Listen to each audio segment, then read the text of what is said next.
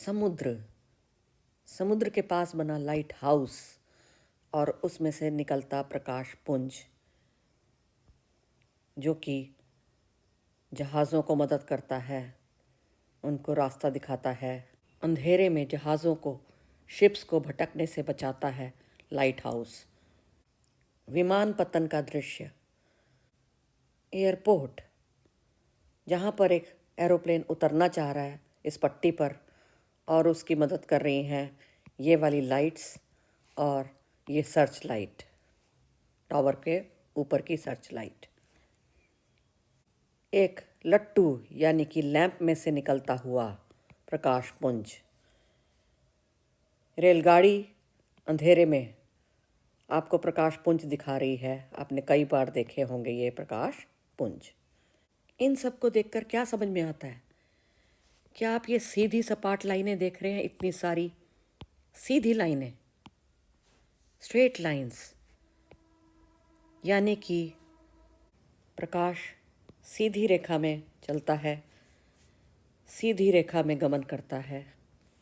बादलों को चीर कर निकलती हुई ये किरणें, प्रकाश पुंज हमें साफ दिखाई देते हैं। अरे ये बूझो तो स्माइल मार रहा है, हंस रहा है। इसको तो ये लाइट दिखाई दे रही है मोमबत्ती की साफ, लेकिन पहेली ये उदास क्यों है? इसको दिखाई नहीं दे रही है मोमबत्ती की लौ, ये प्रकाश क्यों?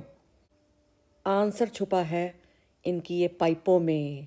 अंदर से खोखली पाइप देखो इसकी, भुजों की, ये बिल्कुल सीधी है। और आपको पता है कि प्रकाश सीधी रेखा में चलता है तो ये इसको दिखाई देगा प्रकाश, लेकिन पहेली की मुड़ी हुई है, टेढ़ी मेढ़ी पाइप है, तो प्रकाश देखो यहाँ तक जाकर रुक गया, पहेली की आंखों तक नहीं पहुँच पाया। यानी कि प्रकाश सरल सीधी रेखा में चलता है। इन प्रयोगों से पता चलता है, इस वाले प्रयोग से।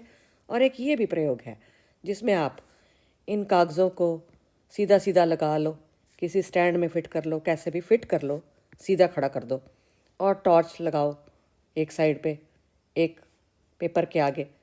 लेकिन यहाँ हर पेपर के अंदर देखो छेद है, छेद छेद छेद छेद, और इनमें से लाइट छितर छितर के आगे आगे जा पा रही है। ये देखो लाइट आगे जा पा रही है और बिल्कुल सीधी चल रही है, सीधी रेखा में चल रही है, क्योंकि ये सीधे सीधे थे छेद, एक सीधी रेखा में हमने लगाए थे।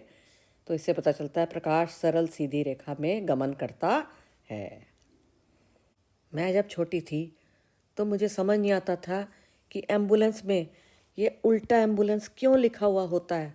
एम्बुलेंस की गाड़ी में क्या उनको पढ़ना या लिखना नहीं आता क्या, या गलती से लिखा गया पेंट वालों से? कुछ पल्ले नहीं पड़ता था, लेकिन किताबें पढ़ के दिया, धीरे धीरे ज्ञान हुआ, समझ में आया। ओ, बताती हूँ ये वाला राज, शायद आपको पता हो।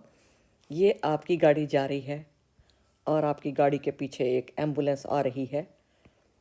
ठीक है भाई, ये है एम्बुलेंस, मरीज़ों के लिए गाड़ी।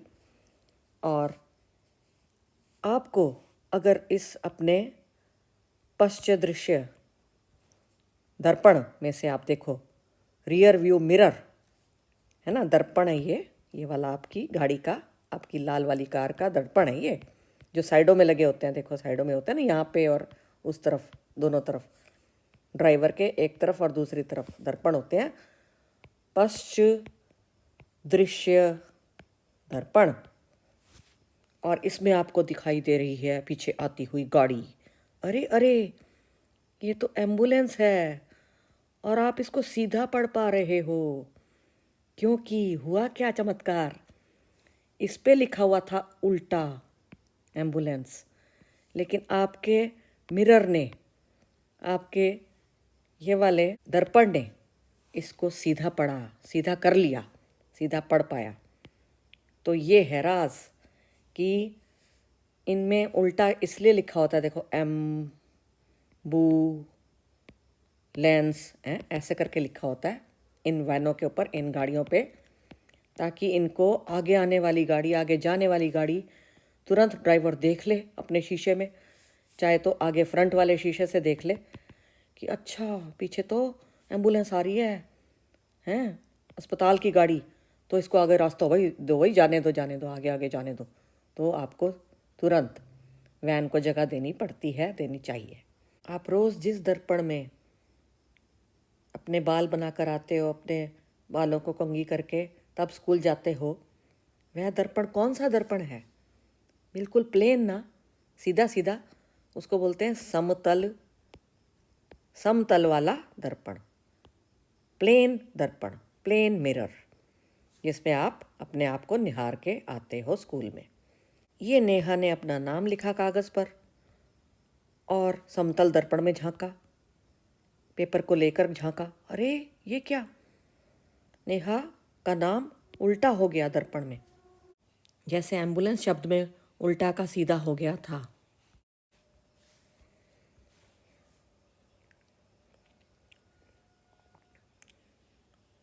समतल दर्पण में, लेकिन इन दोनों का साइज सेम है। ये जो लेटर्स हैं, ये जो अक्षर हैं और ये वर्ड है, इनका साइज बिल्कुल सेम है, देखो। और डिस्टेंस भी, आपस में दूरी भी बराबर आ रही है, उतनी ही दूरी पे है दोनों लिखे हुए। इस आदमी को देखिए, ये देख रहा है अपने आप को मिरर में, समतल दर्पण में, और हाथ उठा रहा है अपना, कौन सा, सीधा हाथ। यहाँ पर ये व्यक्ति एक वस्तु कहलाता है या बिंब कहलाता है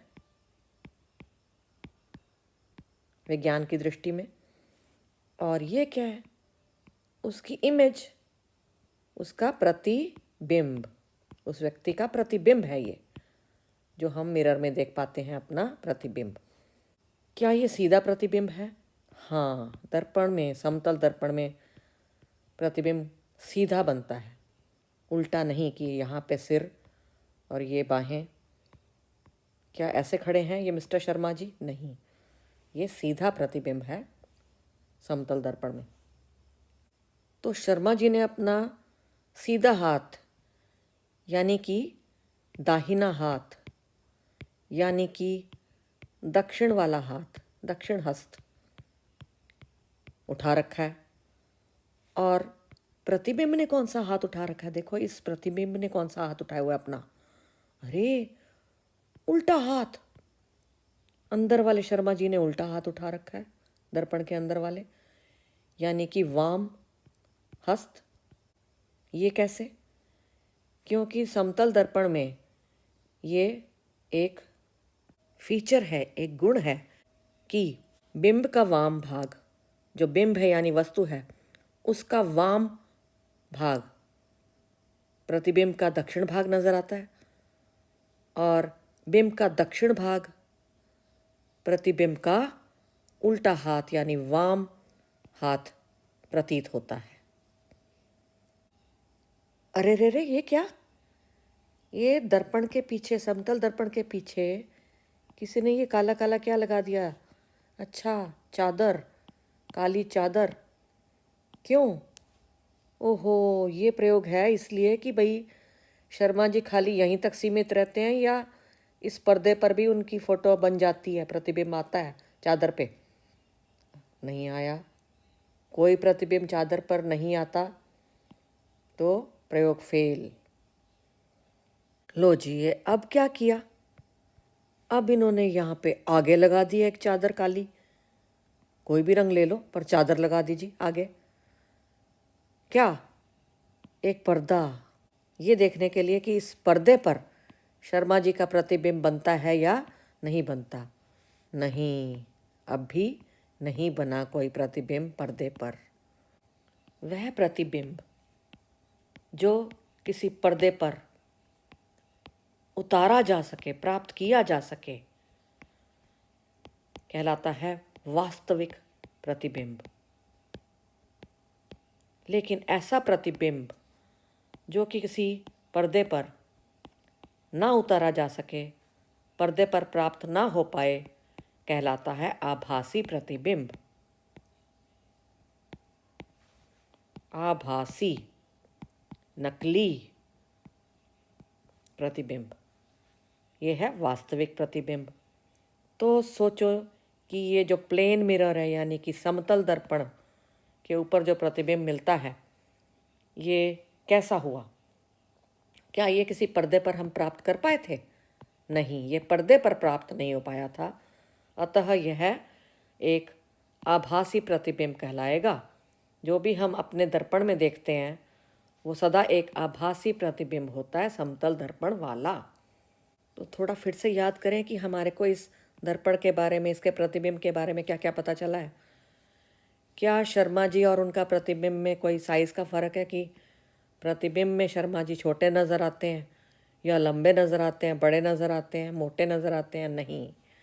समतल दर्पण अगर होगा तो उसमें प्रतिबिंब और बिंब दोनों का साइज़ यानी आमाप